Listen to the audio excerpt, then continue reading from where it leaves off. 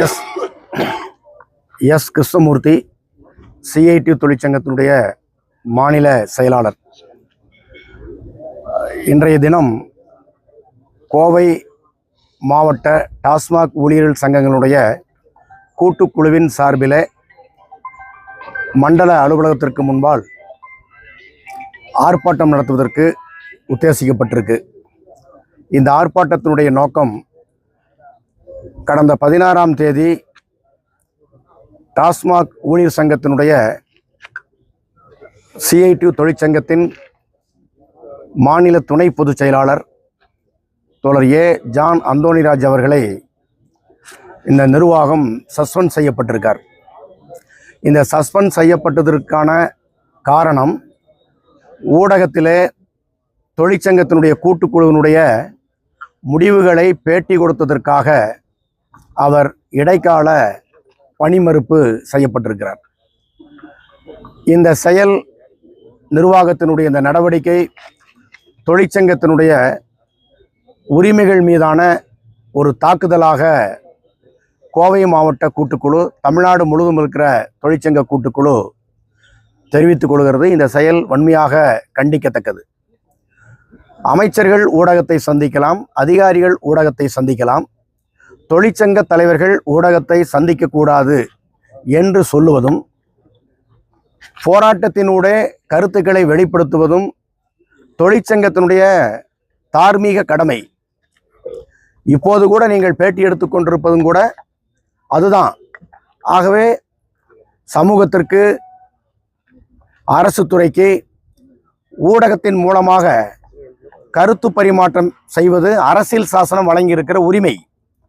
இந்த உரிமையை டாஸ்மாக் நிர்வாகம் மறுப்பது என்பது ஜனநாயக விரோதமான செயல், தொழிற்சங்க விரோதமான செயல், அரசியல் சாசன சட்டத்தை மீறியதாக பொருள். அடுத்து, இந்த சஸ்பெண்ட் உத்தரவில் நீங்கள் பார்க்கலாம், எந்த மாவட்டத்தில் அவர் சஸ்பெண்ட் செய்யப்பட்டிருக்காரோ, பணியாற்றுகிறாரோ, அந்த மாவட்டத்தை விட்டுட்டு வெளியே போகக்கூடாது.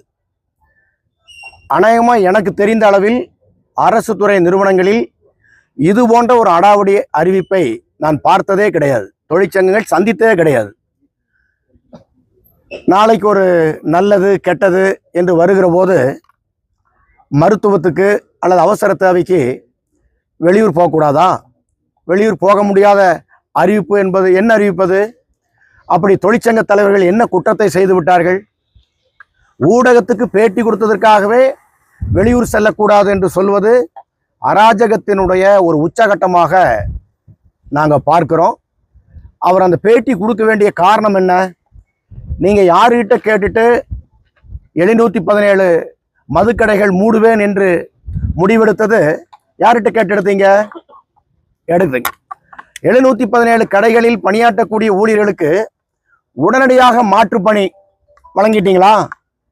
இல்லை. அடுத்து 10 ரூபா எம்ஆர்பி ரேட்டுக்கு மேலே வாங்குறாங்க அப்படின்னு சமூகத்தில் பல கருத்துக்கள் வருது. இந்த 10 ரூபா பாட்டிலை திருப்பி கொடுப்பதற்குண்டான டெபாசிட் நீங்கள் எப்பாவது சொல்லியிருக்கீங்களா? அந்த ஊழியருடைய பணி நிலைமைகளில் அவமானத்தை ஏற்படுத்துவதற்கு நிர்வாகத்திற்கு என்ன உரிமை இருக்கிறது? அடுத்து, நிர்வாக செலவுகளுக்கு ஆகிற அந்த தொகை நிர்வாகம் எப்போதிருந்து ஏற்றுக்கொள்ளப் போகிறீர்கள் என்று கேட்டதன தப்பா? கொடுக்கிற சம்பளம் சமூகத்துக்கு தெரியுமா? வெறும் 15,000 ரூபாய். இந்த 15,000 ரூபாய் ஊதியத்தை வைத்துக்கொண்டு டாஸ்மாக் ஊழியர்கள் எவ்வாறு குடும்பம் நடத்த முடியும்? இந்த ரகசியத்தை கொஞ்சம் சொல்லுங்களேன். ஏதாவது அதிகாரிகளோ அல்லது அரசு துறை சார்ந்திருக்கிற நிர்வாக அதிகாரிகளோ பதில் சொல்லுங்களே பார்க்கலாம். டாஸ்மாகில் அரசுக்காக, அரசனுடைய தேவைக்காக அரசு நிறுவனத்தில் பணியாற்றுகிற ஊழியர்களை கேவலப்படுத்துவது என்பது எப்படி பொறுத்து கொள்ள முடியும்? இதை ஒரு தொழிற்சங்க ரீதியாக, சரி, அரசு கிட்ட ஊடகத்துக்கு சொல்லாம சொல்லணும்னு நாங்கள் விரும்புகிறோம். இப்போ முதலமைச்சர் கூப்பிட்டோம், நாளைக்கு கோவை மாவட்ட கூட்டுக்குழு தொழிற்சங்க தலைவர்கள் வாங்கன்னு சொல்லட்டும், ஊடகத்துக்கே பேட்டி கொடுக்காம போறோம். எங்க கோரிக்கையெல்லாம் முதலமைச்சர் நாளைக்கு ஏத்துக்கிட்டோம், ஊடகத்துக்கே சொல்லாம வந்துடுறோம். ஊடகத்தின் மேல் என்ன உங்களுக்கு வெறுப்பு? ஜனநாயகத்தினுடைய மிக முக்கியமான தூண் ஊடகம். அப்படின்னா என்ன அர்த்தம் தெரியுமா? ஊடகத்தையுமே மறுக்கிறது. இதுக்குள்ள ஒரு நிர்வாகம் ஊடகத்துறையே முடக்கிற செயலும் இதுக்குள்ள இருக்கிறது. ஆகவே இது நியாயமற்றது என்ற முறையில் இந்த பிரச்சனைகளுக்காக பேட்டி கொடுத்த ஒரு பொறுப்புள்ள தலைவர் ஜான் அந்தோணி ராஜுங்கிறதுன்னு ஒரு லேசானவர். அவருக்கு எல்லா பக்கமும் தெரியும். உனக்கு அப்படி ஏதாவது குறை இருந்தால் முதல்ல என்ன செய்யணும்? கூப்பிட்டு தொழிற்சங்க பேச்சுவார்த்தையோட செய்யணும். ரெண்டாவது, நீ விரும்பினேன்னா, அது விரும்பலைன்னா ஒரு ஷோகாஸ் நோட்டீஸ் கொடு, பதில் சொல்லிட்டு போறோம். ஒரு டொமஸ்டிக் என்கொயரி நடத்திட்டு போறோம். எதுவுமே இல்லாம திடீர்னு ஒரு எடிட் பண்ண வீடியோவை வைத்துக் கொண்டு சஸ்பெண்ட் செய்வது என்பது நாளைக்கு இன்னைக்கு சிஐடியு, நாளைக்கு ஒரு எல்பிஎஃப், நாளைக்கு ஒரு பணியாளர் சங்கம், இன்னும் பிற தொழிற்சங்க தலைவர்களுக்கு என்ன முடக்கிறீங்களா? நியாயமல்ல, நியாயமல்ல. அழைத்து பேசுங்க, உங்க கருத்துக்களை சொல்லுங்க. நாங்க எங்க கோரிக்கைகளை சொல்றோம். நிர்வாகத்தை நடத்துறதுக்கு தான் ஆலோசனை சொல்றோமே தவிர வேற எதுக்கு கருத்து சொல்றோம்? ஆகவே டாஸ்மாக் நிர்வாகம், நான் இப்பவே சொல்றேன், இது ஒரு நடைமுறையில் உள்ள சாதாரண விஷயம். பத்திரிகை பேட்டி கொடுக்கிறது. இதுக்காக சஸ்பெண்ட் செய்த உத்தரவை உடனே ரத்து செய்யணும். உடனே ரத்து செய்து மீண்டும் பணியமர்த்துவதற்கான உத்தரவாதத்தை, ஆர்டரை வெளியிடணும். அதை வாங்கிட்டு தான் நாங்கள் அடுத்த கட்டத்திற்கு போவோம். ஆகவே இது இந்த செயலை கண்டித்து, ஊடக மறுப்பினுடைய வன்மத்தை கண்டித்து இப்போது டாஸ்மாக் கூட்டுக்குழுவினுடைய தோழர்கள் ஒன்றிணைந்து ஒரு ஆர்ப்பாட்டத்தின் மூலமாக வெளிப்படுத்துறோம்.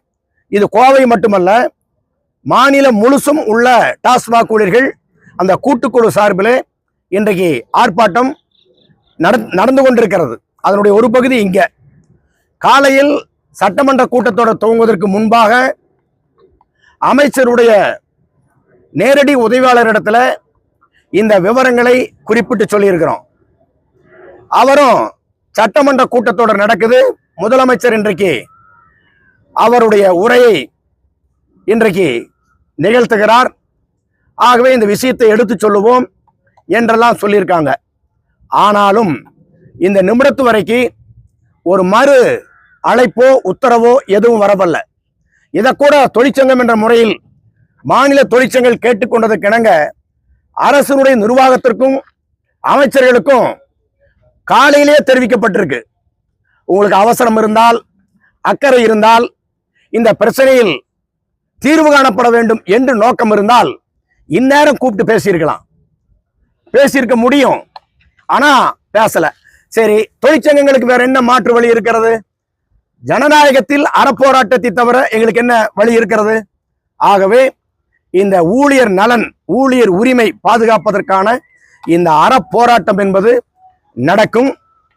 நடந்தே தீரும். ஆகவே இந்த ஆர்ப்பாட்டத்தினுடைய நிறைவாக SRM அவர்கள் அழைத்து பேசி இந்த மீண்டும் பணியமர்த்துவதற்கான உத்தரவை வழங்கப்பட வேண்டும் என இதன் மூலமாக அறிவித்துக் கொண்டு இப்போது எங்களுடைய ஆர்ப்பாட்டத்தை கூட்டுக்குழு சார்பிலே துவங்க இருக்கிறோம். பேச்சுவார்த்தைக்கு அழைத்தால் செல்வோம், தீர்வு கண்டால் அதையும் ஊடகத்திடத்திலே சொல்லுவோம். ஊடக நண்பர்களுக்கு எங்களின் மீது எத்தனை விதமான அடக்குமுறை வந்தாலும் ஊடகமும் ஜனநாயகமும் பிரிக்க முடியாத ஒன்று. ஊடகத்தை சந்திப்போம், இருக்கிற விவரங்களை தெரிவிப்போம் என்று கூறி கூட்டுக்குழுவின் சார்பில் இந்த பேட்டியை உங்களுக்கு எங்கள் கருத்தின் சார்பாக கொடுத்திருக்கிறோம். நன்றி, வணக்கம்.